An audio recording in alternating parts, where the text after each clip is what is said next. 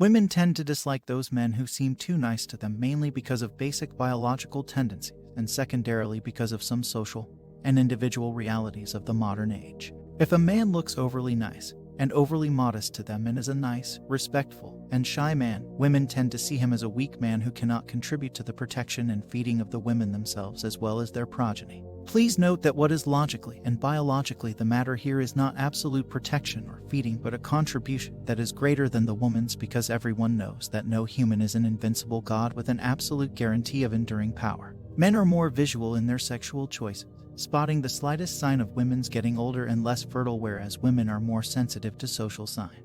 We can observe young women getting older year by year, say, through even their 20s, while women can observe our slightest social mistakes or self-esteem issues. This line of explanation is often called evolutionary psychology, but in this particular context, it is actually a basic biological kind of psychology and does not depend on some hypothetical evolutionary stories. The reason why men and women are different in this respect is simple. Men are bigger and more muscular and tend to be socially more dominant and more leading, even if they are couch potatoes, than almost all women. Therefore, men normally don't feel in need of women's help for the protection and the feeding of themselves and their children.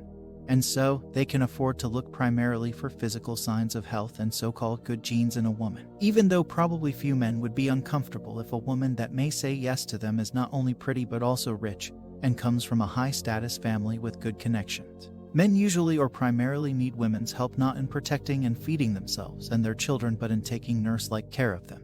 Women, in turn, have smaller and much less muscular bodies than men, which are designed for the birth and early nurse-like care of children. Therefore, to protect and feed themselves and their children, at least against other men if not against nature, women do need the help of men, the bigger and more muscular sex that has a greater tendency to be socially dominant and to lead. So, in a potential spouse or life partner, women primarily look for signs of power, which in turn is primarily social power. Among humans, the power that actually matters is social power and therefore social ability and social status rather than physical strength.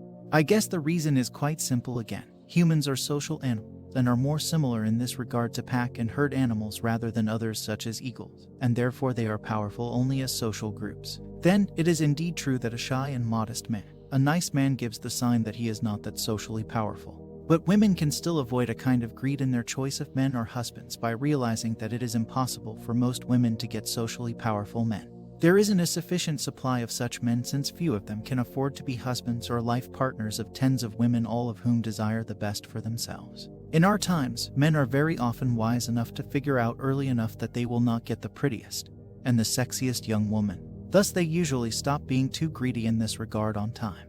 Modern women, in contrast, fail to figure that out for two main reasons.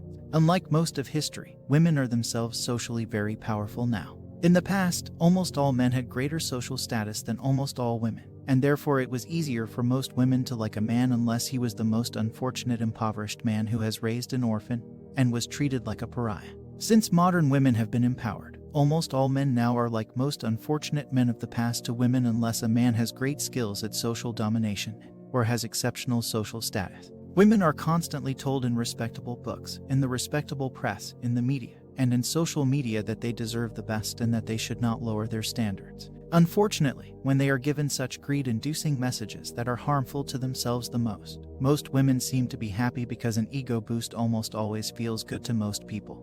Then, many women get really upset at me or others like me when we tell them these basic logical and biological facts quite kindly and respectfully. Maybe the kindness and the respect are actually off-putting, though, since we give them signs of low social status and deficient social power by being overly respectful and kind, and hence sounding just like those nice men or good men that they tend to look down on.